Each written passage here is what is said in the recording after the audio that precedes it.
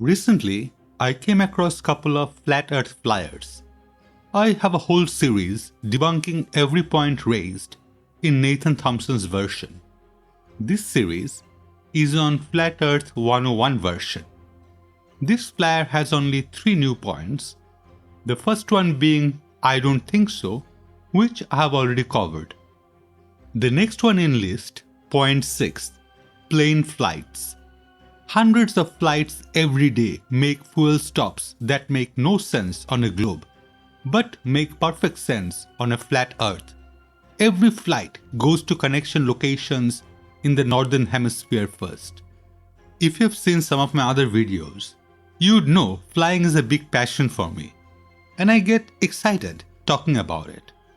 But being a moron, I initially didn't look at their map. I read the description, and my first thought was flights from Australia to South Africa. Why those two? Well, those are both in Southern Hemisphere, and I've actually been to South Africa to learn how to dance. And of course, I found several direct flights. I can just leave it there, as their point is already proven wrong. But where is the fun in that, right? There are many variables when it comes to a flight route. I will just touch on a few. First of all, let's understand that aviation industry is a business. Like every other business, they are in it to make money. A lot of what I'm about to say would make perfect sense if you can see it through that lens. Planes' lifespan are generally rated in cycles, the number of times the plane takes off and lands. The Dreamliner is rated for 44,000 cycles with a lease price of $224.6 million. Boeing 747 uses approximately 1 gallon of fuel, that's 4 liters, every second. Over the course of a 10-hour flight, it might burn 36,000 gallons, that's 150,000 liters. Pre-pandemic cost of jet fuel of around $2.91 per gallon, which brings us a total fuel cost of $104,760, which means a transatlantic flight is around $5,104 for the aircraft and 20 times more cost for the bloody fuel. Because I love this subject so much, let me torture you a little bit with unrelated information. There are 3 main types of aircraft engine: turboprop, turbofan, and turbojet. Each of them has a range of speeds when they are most efficient. Turboprop is the type of engine you will find on most popular aircraft, like my favorite Cessna 172. They are not very fast and most efficient between about 325 to 375 km. Turbofans are the engines you see almost everywhere. Almost every commercial flights are turbofan driven, and older models were most efficient between 400 to 620 km, but recent aircraft can do around 926 km. Turbojets are the engines on military fighter jet, where the truly efficiency is over 2080 km. An airline business depends on how many people it can transfer in the shortest amount of time. Our engine efficiency dictates what the maximum speed we should be flying to burn least amount of fuel. All these variables leads to a simpler value, a per person fuel economy. This was one of the reasons why Concorde failed. Due to the need for speed, the engine was turbojet, which has a huge fuel consumption. The design also meant not many people can fit inside, which meant Concorde had a per person fuel economy of 14 miles per gallon compared to Dreamliner's 104 miles per gallon. My point is, based on profit, we know what the maximum speed is. Now to get them quickly as possible, we ideally want the shortest distance. A line between 2 points in any shape is the shortest distance. That should be it, right? Well, not quite. Let's not jump ahead. Though extremely rare, aircraft can still have malfunctions. It is just a part of life. In fact, air travel is safer than road travel. But still, when you're up there and maybe an engine has stopped working, trust me, it can get real stressful. Let's not talk about all the passengers in the back. They know what they have signed up for. This is one of the reasons when we create our flight plan, even before getting anywhere near the aircraft, we tend to keep close to the airports. At times, these routes can also double up for refueling or even transfer, so the crew can get some rest. But it is a very delicate dance. Did you know that airliners have to pay the airport to use the facility? So to have a stop or a route that doesn't generate enough income?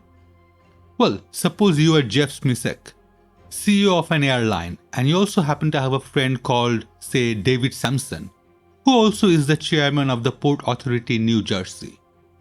Now, David happens to have a beautiful gateway home in Aiken, South Carolina.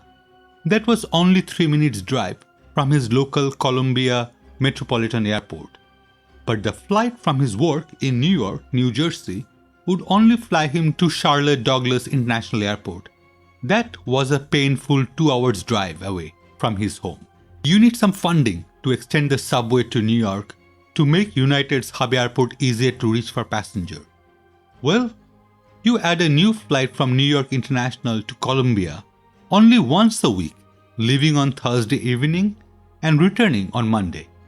Surprise, surprise, New Jersey Port Authority soon granted United request for subway extension. Now, as one might have guessed, there weren't many people in New York with multi-million-dollar mansion in Aiken, South Carolina. Neither there were many who wanted to fly to New York every Monday. This flight ended up in the bottom 3% of all commercial flights in US, transporting around 25 passengers on a good day, while burning 3,000 gallons of jet fuel for every round trip. So it's basically math that dictates if we'll find a direct route or not.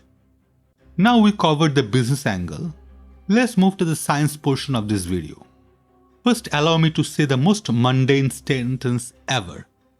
3D is 3D and 2D is 2D. Is it really that hard to understand? There is a difference.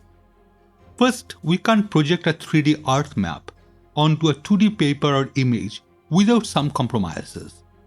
Our map projections can be classified into 3 types: mnemonic projections, stereographic projection, and orthographic projection, each with their own pros and cons. By actual names rather than types, well, we are mostly familiar with Mercator, created by Flemish cartographer Gerardus Mercator in 1569, a time when Antarctica hadn't even been discovered. Mercator was designed as a navigational tool for sailors. The joke with Mercator is, when most projection tries to fix one kind of distortion, it increases another kind. However, Mercator is one of those rare maps whose answer to latitudinal distortion was to ensure that the longitudinal distortion is equally bad. On a Mercator projection, Greenland is roughly the same size as Africa. In reality, Africa is almost 14 times larger, and Greenland can fit inside China no less than 4 times. The map also suggests that Scandinavian countries are larger than India, whereas India is actually 3 times the size. My next objection: can we stop being a Northern Hemisphere chauvinistic pigs? We normally decide to view with north being up. I talked about this on another video, and it's more historical tradition that kept it up till this day. We can equally view the earth from south being top, or east or west. Hell, we can even view the earth from above North Pole. Though I admit it would mean we wouldn't see one hemisphere. So one has to understand that we're talking about 3D object and where we're viewing it from. Enough talking, time for some actual demonstrations. Well, first let's look at a flight from Los Angeles LAX all the way to Tokyo Narita NRT. I have flown this route couple of times in a simulator, and the average flight time is 11 hours and 42 minutes. This is what I see on any flight route website. What the hell is going on? Argh! These flat earthers were right! Well, were they? So this map is obviously Mercator. And if we draw a straight line, it should look like this. And this is when north is up. What happens if we change our viewpoint? Instead of looking at the earth straight on, let's change to a view where both LAX and NRT is near the middle of the screen. As you can see, we're in Google Earth and I've actually drawn a path between them. And you can see from this angle, it looks pretty straight. That straight line we saw in Mercator map, in fact, that's the one that is curved. Finally, I should look at the original map just to be fair. The point in Australia is easy, it is Sydney. But the other end is a bit confusing. I'm pretty sure it is Chile. Now, I have nothing against Chile, but there are far more popular tourist destinations like Brazil just next to it. As far as I know, Chile has one international airport, Arturo Merino Benitez International Airport, also known as Santiago International Airport and Nuevo Pudahuel Airport. There are about 124 airports creating a very serviceable network with flights to just about all of them from the international airport. Unfortunately, Santiago is nowhere near where that route ends in their map. I can only guess it to be near Puerto Montt, which is a port city in southern Chile's Lake District, known as a gateway to the Andes Mountains and the Patagonian Fords. And it does have Marcel Merchant Airport. Have a look. Next stop, finding out if there is a direct flight from SYD to SCL. Well, I got a daily flight with LATAM Airlines, Qantas, on a Boeing 787-9 with a route distance of 11,401 km and flight time of 12 hours 35 minutes.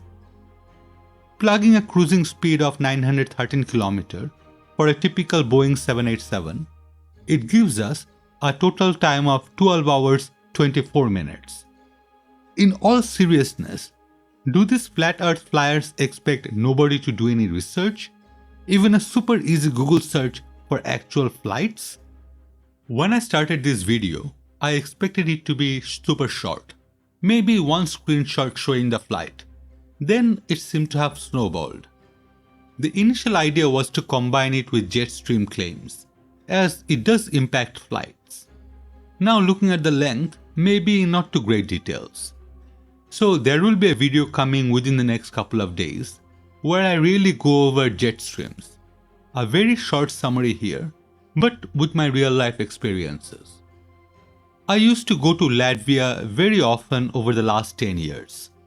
Initially it was once every month for 2 weeks. During the year, at times I would get to Riga quicker than other times. At times, it would take longer for me to get back to UK. I do mean flight time. Now suppose the pilot is not flying the plane faster during those months. So what other variables might cause this? I hope you know the answer from my prelude. Jet streams are relatively narrow bands of strong wind in the upper atmosphere and at the altitude used by most aircraft. And due to Earth's rotation, these streams blows from west to east and the flow often shifts to the north and south. Riga is east from UK. That's all the hints you will get. Depending on the situation, pilot may still use full speed while having the tailwind. It might be to make up for lost time, but if possible, commercial aircraft would reduce the speed to reduce fuel consumption. Pilots have used jet streams since 1952, when a Pan Am flight flew from Tokyo to Honolulu at 25,000 feet in order to take advantage of one. By flying in a jet stream, planes traveling from west to east get a significant boost from the tailwind, which saves time and fuel. Conversely, planes flying in the opposite direction lose time and expend more fuel by flying into a headwind a jet stream produces, and pilots usually adjust their flying altitude to avoid them. The day-to-day fluctuations in the position, intensity, and size of jet streams often necessitates last-minute flight plan modifications before a long-distance flight takes off in the middle latitude. Flying in the westerly direction from the Atlantic, Europe to US, can take significantly longer when the jet stream is at its peak and headwinds are blowing from west to east across the ocean. Flights sometimes take an unusual route to avoid this, such as flying closer to Greenland rather than heading due west across the Atlantic. So at times, we actually ignore the direct line again to save fuel. As we understand, shortest route may not often be the least fuel consuming. I seriously hope I have covered the common misconception. TLDR, there are direct flights over Southern Hemisphere. Next, drawing a line in a map projection doesn't mean it is a straight line in a sphere. Finally, there are economical reasons that might cause an airline to choose a non-straight line route. Done. That's all for this video. Thank you so much for watching. If you have enjoyed this content, well, a like and a comment won't go amiss. If you'd also subscribe for future contents like this, it would definitely help my small channel grow and would be thoroughly appreciated. Have a safe day. Signing off.